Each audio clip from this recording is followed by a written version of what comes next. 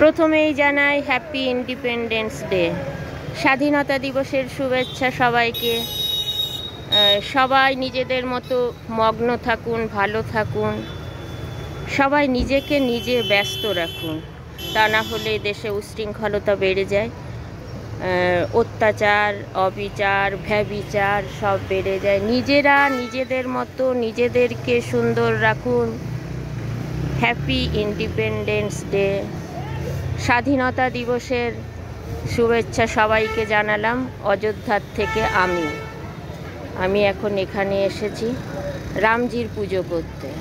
তাতে আমার দেখুন, ইষ্ট দেবতা যার যেটা, সবার কিন্তু এক, সবকা মালিক এক। আমি এসেছি এখানে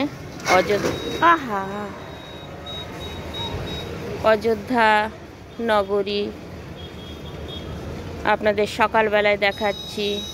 সুপ্রভাত সবাইকে সুপ্রভাত জানালাম। আমার মনে হয়, আমার যেটা মনে হয়, নিজেকে নিজের সুন্দর জিনিস দিয়ে ব্যস্ত রাখুন।